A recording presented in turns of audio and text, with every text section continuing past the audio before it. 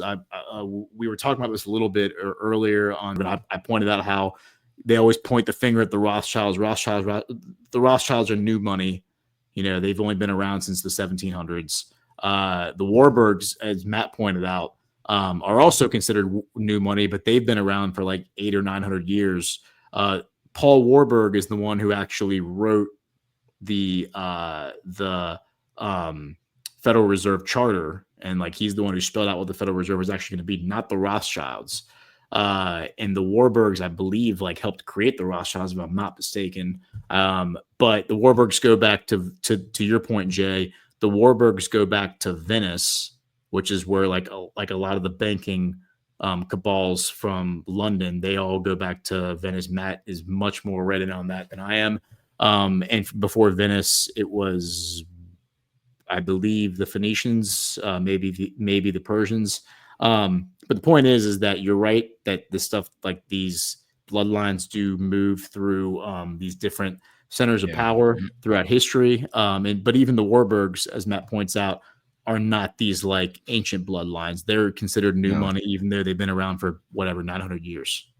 Yeah, that's well said. And I think that there's a book that was of high value in my research on this topic called Dope Incorporated, first published in 1978 by Executive Intelligence Review, and there were several chapters within that book going through the origins of the system that's still known, but it was known in the medieval ages. It really grew, called the Hof Juden, so the court Jews, right? And it was around the time where you had these anti-Jewish laws passed, first the Aziz laws in England, but before that, it was Venice that did the first anti-Jewish laws in 940.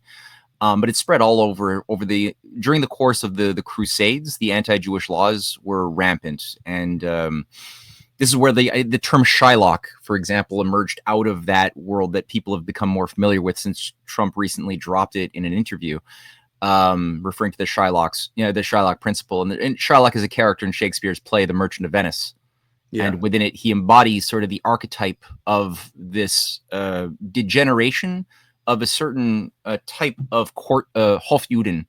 So what would happen during these anti-Jewish laws is that Jews were forbidden from farming, from owning land, from being a part of a guild, from having a sword, from traveling on the seas. So there was a very limited array of job choices for Jews who then in the case of like Venice, they were first brought into ghettos.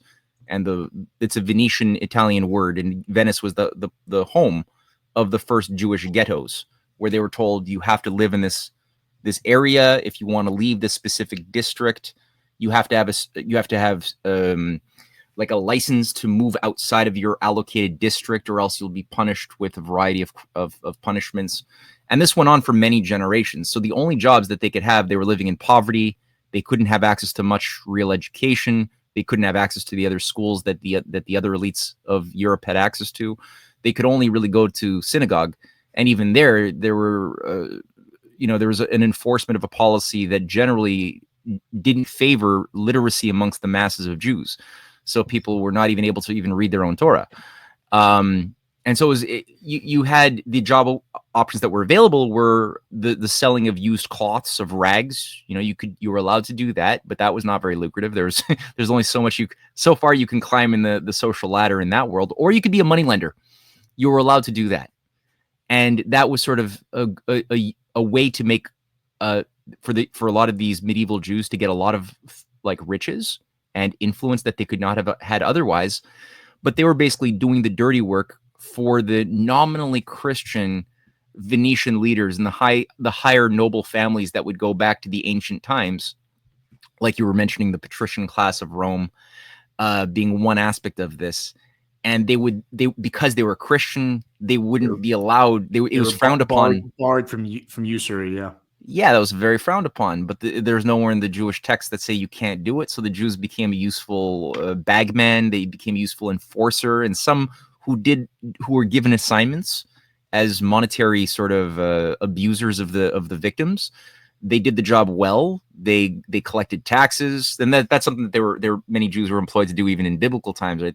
Matthew was a tax collector, but and they were hated. They were despised. If people were going to come out with pitchforks to go and like hurt some abusive personality, they were basically gonna lynch mob and tar and feather the disposable tax collector, who might live well, but they were hated and they were at high risk as well when the mob forms. Same thing for the Hof Juden in the medieval ages. And for those that did a really good job, like the Montefiore family, or later on the Sassoons, or the Warburgs was a 15th century Venetian family, or mercenary that was granted a little bit of a dynastic privilege because they did their job well. They let go of their conscience. The Rothschilds later on were given a little limited dynasty where they were guaranteed that your children will be protected, will gain access to the inner clubs, and you're going to get privileged positions in schools and controlling certain corporate and banking entities.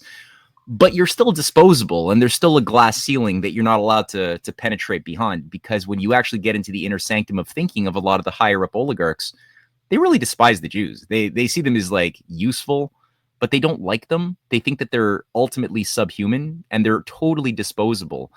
But they are convenient hate absorbers, because when people feel the abuse of financial warfare, the thing that they see when they begin to critically think about what's like screwing them over is the first thing that they'll see are Jewish bankers.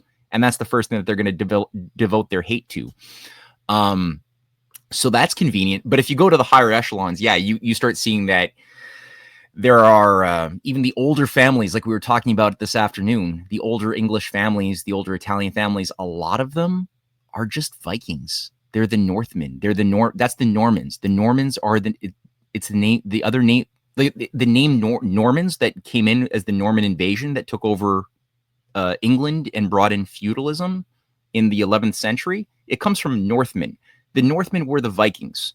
The Vikings were kind of like the ISIS operatives that would be used as muscle to destroy, rape, and pillage target nations you wanted to destroy, as the CIA and MI6 have been wont to do in more recent years, or as Venice had used back 800 years ago, the Mongol golden hordes of Genghis Khan.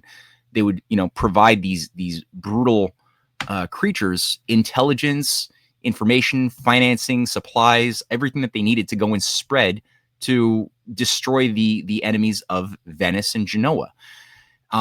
That's part of it. And so these are a lot of many of the big old families are even not that old. They're Vikings, and they were themselves managed. They were brought into prestige as the Roman Empire was collapsing, and a lot of the pagan hordes, the Celtic the ISIS worshippers, and there was an ISIS center in Ireland and in England back during the Roman Londinium period.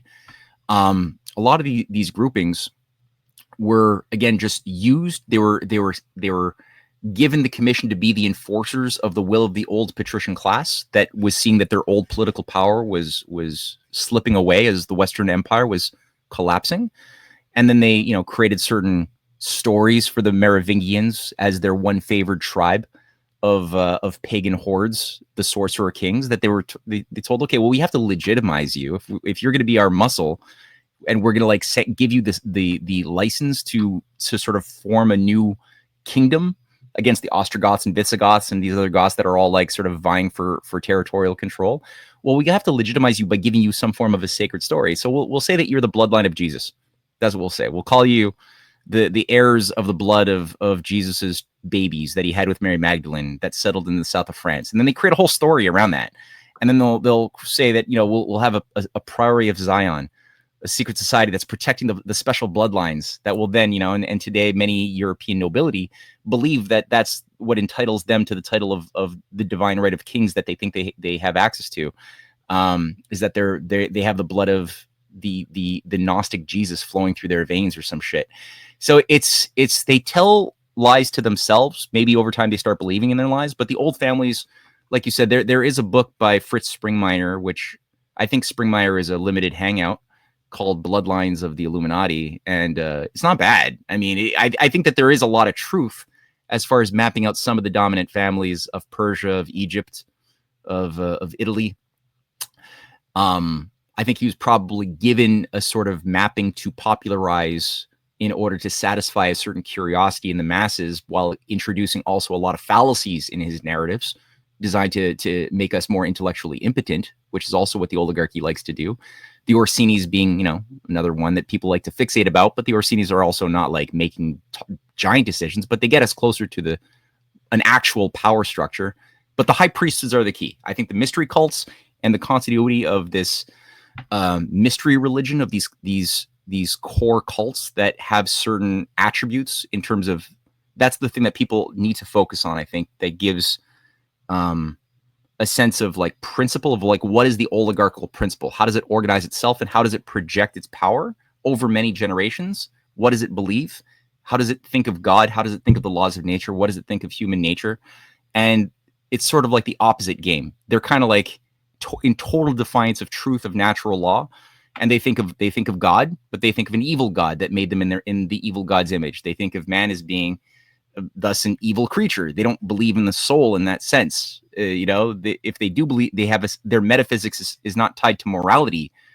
As healthy, normal people have a metaphysics that's tied to morality and doing good and loving the good and loving wisdom. For the oligarchy, it's finding a way to love what is evil, to love what is unlovable, to fuse the profane and the sacred in ritual acts of murder and sex, sex being something associated with creation, murder with destruction. So they need to merge those opposites into actions that ultimately have the effect of making people insane on the one hand, and also breaking people of the natural access to conscience that they would otherwise have from babyhood to maturehood. They want to break that and then reconstruct identities with the help of drugs. Helps a lot, and breathing techniques, a variety of meditative techniques and ritualistic sort of initiatory experiences that help create altered states that then construct new synthetic identities that seem to have personality disorders and compartmentalized personalities. That's another aspect that I think people have noticed amongst the oligarchical sort of modality, is controlled, fragmented personalities that can appear functional, as Barack Obama appears functional in the daytime, but can become a demon if certain sort of invocations are put forth. Certain smells are introduced, certain, an environment, a tempo is created. All of a sudden, the other personality can be triggered to do terrible things at night. So that seems to be a factor in things too. And Edgar Allan Poe, I'd say, last thing I'd say on this point, if you really want to get a sense of the oligarchical principle, anybody who really wants to like get access to this understanding, I think the most useful person I've encountered is Edgar Allan Poe, who was an incredible patriot. And in his Imp of the Perverse, in his William Wilson, another short story, in his The Black Cat, in The Telltale Heart, but especially the Imp of the Perverse and William Wilson in The Mask of the Red Death, those short stories will give you better insight into the psychological state of a compartmentalized oligarchical personality type, and their how they came into being and what they are afraid of and what self-destructs them, than anything else I've encountered. It's really brutally good. So check out Edgar Allan Poe's short stories to get a sense of that profile. I see somebody saying, wasn't Poe a drug addict? No. And here I'll do a little plug. I wrote a book just recently. This is my book. It's called Edgar Poe's Final Mystery and Other Tales of Ratiocination. He was absolutely not a drug addict. That was written by his enemies after he died, who took control of the narrative of what is Poe as this death-obsessed drug fiend, sex fiend.